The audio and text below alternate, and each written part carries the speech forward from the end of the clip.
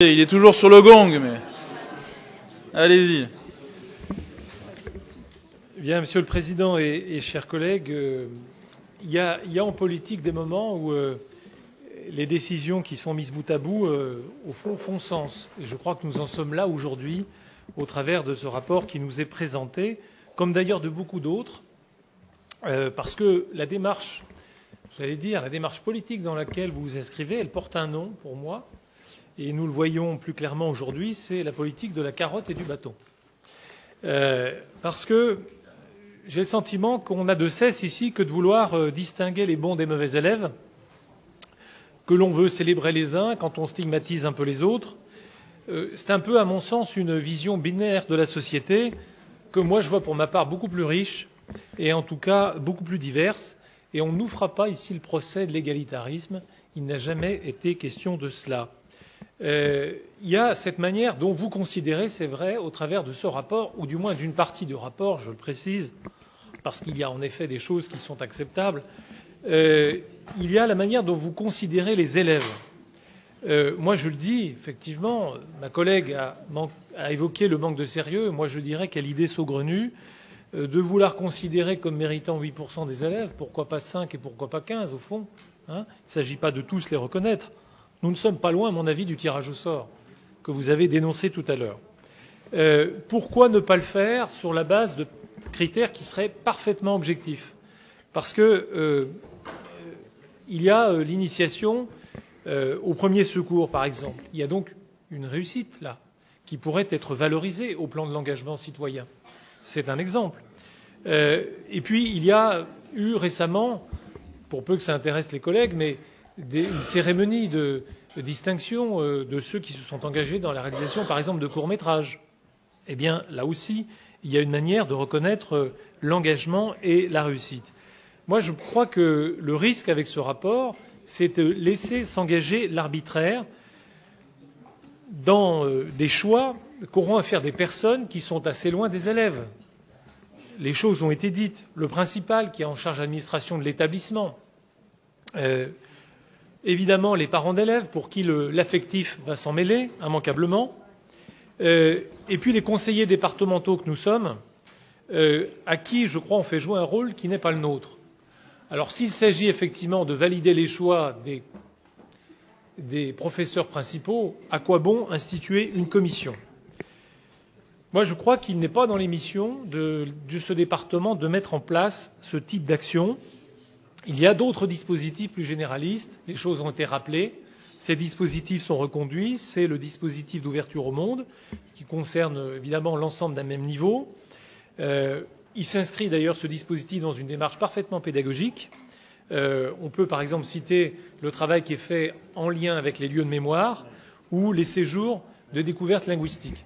Mais ça n'intéresse sans doute pas beaucoup les collègues qui ont réagi tout à l'heure sur le rapport, j'imagine.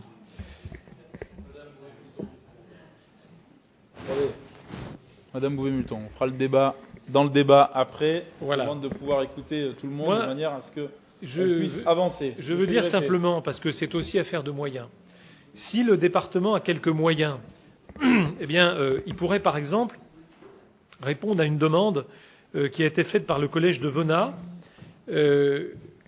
qui vous a été transmise de longue date, de ce que l'on me dit, et qui évoque par exemple l'obsolescence du matériel de sciences. Depuis plusieurs mois, aucune réponse n'a été faite malgré les relances. Il y a donc évidemment dans ce collège, comme dans d'autres, des besoins urgents. Il y a des besoins prioritaires et qui concernent l'ensemble des élèves. Et je pense que cette enveloppe pourrait ou aurait pu être consacrée à ces moyens. Parce que, moi je le dis, créer un dispositif qui va au fond aboutir à exclure 92% des élèves chaque année. Alors statistiquement, et ça n'est pas professeur de mathématiques qui va me contredire, mais après 4 années passées au collège, une immense majorité des élèves, les 2/3 au fond, n'aura jamais été reconnue comme méritante. Alors je vous laisse imaginer ce que cela peut susciter chez l'enfant en termes de ressentiment, voire d'injustice. Je sais que nous sommes en période de Coupe d'Europe, de football, que bientôt se profilent les Jeux Olympiques, mais j'ai le sentiment, au fond, qu'au travers de ce dispositif, il y a un peu la nostalgie des blouses grises ou des blouses noires qui s'imposaient dans un temps ancien Et moi, je crois personnellement que nous ne sommes plus au temps des médailles ou des bons d'achat, parce que tout ne se menait pas. Moi, je crois que, au contraire, il y a autre chose à offrir et faire espérer à l'âge de l'adolescence. Alors, j'entends évidemment la fibre sociale ou le couplet sur cette dimension pour nous expliquer que les élèves boursiers, 17%, auront un peu plus de considération. Mais est-ce qu'on peut faire croire à un seul moment que les 245 000 euros qui vont être accrédités ou plutôt versés à ce dispositif vont venir compenser le million d'euros qu'on a mis à la charge des familles en 2016, ici, en supprimant les aides aux accueils de loisirs sans hébergement? Moi, je ne l'oublie pas.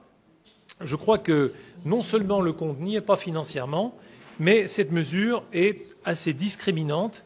Et j'allais dire, au travers d'une cérémonie, on voit bien à quelle fin de communication politique on veut aller. Vous nous dites l'avoir établi en lien avec l'éducation nationale. Je regrette que M. Dazen n'ait pas été présent ce matin. Je lui aurais posé la question.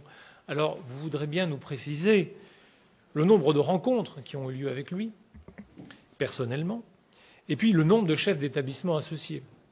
Parce que les principaux de collèges sur lesquels va peser la charge de la sélection, en tout cas pour un certain nombre, je les ai rencontrés, ils n'ont pour cela pas été concertés, et en tout cas, ils sont assez éplorés de cette proposition.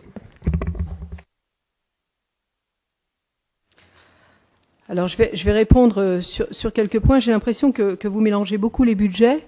Pour ce qui concerne le collège de Vaunat, j'avoue humblement ne pas connaître le dossier, je me renseignerai dès demain, mais il faut savoir que quand bien même nous ne ferions pas ces dispositifs, que ce n'est pas ce budget qui irait sur le matériel. Vous savez bien que c'est même pas, du point de vue des affaires scolaires, c'est pas la direction de l'éducation qui gère ce genre de budget. Donc, pour le million, pareil, d'accueil de loisirs, on n'est pas du tout dans le même registre. On est en train de parler, nous, d'une enveloppe qui existait et que l'on reconduit à l'identique, ce qui est un tout petit peu différent. Vous parlez d'élèves qui ne sont pas valorisés. Je tiens quand même à vous dire qu'au niveau des concours, enfin au niveau de l'éducation nationale, se mettent en place beaucoup de concours dans toutes les disciplines pour essayer de mobiliser les jeunes. Et dans ces concours, il y a des lauréats. Donc renseignez-vous parce que je vous assure que ça existe dans beaucoup de disciplines, en histoire géo, en lettres, en maths. Donc c'est quelque chose en langue. C'est des concours. Qui dit concours? Mais qui dit concours, ça veut dire qu'il y a un premier, un deuxième et un dernier. Et le pauvre dernier, il est dernier, c'est comme ça. Donc il faut s'y faire. On n'est pas, on ne peut pas, tout le monde n'est pas à égalité, et à un moment ou à un autre, on a le droit de valoriser tel ou tel jeune. Alors vous me posiez la question de Monsieur le directeur des services de l'Académie de l'Éducation nationale. Nous avons eu son directeur adjoint aux trois comités de pilotage que nous avons eus.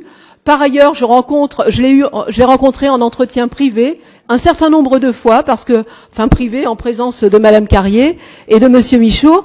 On se rencontre très souvent, et je tiens simplement, et il pourra démentir s'il le voit, la première fois que je lui en ai parlé, sa première réponse a été « Mais tout à fait, Madame Tabouret, le mérite, c'est aussi une de nos valeurs. » Et je vous renvoie au texte de Madame Najat Belkacem, qui effectivement a pondu des textes à tout va sur le mérite et sur les bourses qui sont distribuées aux élèves méritants. Donc là encore, on stigmatise beaucoup, me semble-t-il. Donc voilà, je vais pas répondre plus longuement. Peut-être que le président peut compléter, mais voilà. Bon, je ne vais pas redire ce que j'ai déjà redit, mais bon, voilà. Vous voyez, et c'est le symbole de votre vision. Vous nous dites, mais c'est pas bien parce que 92% des élèves vont être exclus du dispositif. Mais le mérite, c'est quoi? C'est de récompenser celles et ceux qui font des efforts. Et je dis pas que les 92% restants ne font pas d'efforts, mais les 8% en font plus que les 92 restants. Vous me parliez d'une référence par rapport à l'Euro de foot. À l'arrivée, il y en a un qui gagne, il n'y en a pas deux. Sinon, c'est pas la peine de faire une compétition. Donc, ce que je veux dire par là, c'est que franchement, d'abord, je trouve que c'est très stigmatisant vis-à-vis, y compris de Martine Tabouret, qui a fait un travail remarquable sur ce sujet, et je ne vous permets pas de dire que les principaux sont de votre côté sur ce sujet-là. Oh, oui, je vous dis très clairement, moi j'en ai rencontré, et nous les rencontrons régulièrement chaque année, et quand on a fait le rendez-vous avec un certain nombre de principaux de collège, j'ai évoqué la question des projets que nous allons porter sur faire vivre la République et autres. Mais je vous le dis, vous n'avez pas le monopole de l'éducation. Et la gauche dans ce pays n'a plus à avoir le monopole de l'éducation parce que ça a fait trop de mal à notre société et trop de mal à la manière dont les choses se sont déstabilisées. Donc, on a le droit d'avoir des conceptions différentes. Là, elle est diamétralement opposée. Je respecte la vôtre. Je dis simplement aujourd'hui que nous allons mettre en place la nôtre au niveau qui est le nôtre. Voilà. Et que nous l'assumerons jusqu'au bout. Parce que l'eau tiède, ça va bien 5 minutes. Et que, à partir de là, et vous me parlez vous voyez, des éléments à prendre en compte. Mais oui, vous me parlez du court-métrage et autres. Monsieur Greffé, entre des résultats scolaires en maths, en français ou en langue vivante et une participation à un court-métrage, pour moi, il n'y a pas photo entre les deux dans la manière dont on envisage le mérite en tant que tel. Voilà. Après, il y a en plus la prise en compte de l'engagement dans un certain nombre de dossiers qui sont faits et autres. Ça sera fait avec l'ensemble des partenaires de la communauté pédagogique. Et vous dites le principal, mais enfin, si le principal est éloigné d'un certain nombre de prises de décision qui sont dans son établissement, c'est quand même pas très rassurant sur notre enseignement et notre éducation en tant que telle. J'imagine que le principal, il a quand même des informations sur les choses dont ça se passe dans chaque classe et autres, et que ceci peut être échangé avec les différents professeurs et autres. Donc voilà, donc vraiment, je peux comprendre que vous soyez mal à l'aise avec ce rapport, mais franchement, il faut aussi qu'on s'interroge dans ce pays sur le fait que, je vous dis, l'absence de notation, tout ce qui est en train, ce discours qui est en train de poindre, où on supprime les bourses au mérite, où on supprime les notes, où on supprime tout ce qui fait la sélection ou autre, on voit bien, et je le dis, et oui, je vous fais ce procès-là, c'est quand même le nivellement par le bas au nom de l'égalitarisme. Voilà. Et que c'est pas ma conception de l'école, parce que je pense que l'école, c'est aussi la méritocratie scolaire, c'est aussi l'ascenseur social, et que sans l'école, eh bien, un certain nombre d'entre nous ici ne seraient pas là, certainement, et que sans l'école, vous n'auriez pas des parcours scolaires tels qu'ils ont été construits jusqu'à maintenant. Donc je crois que c'est quelque chose d'important. Monsieur Péchou.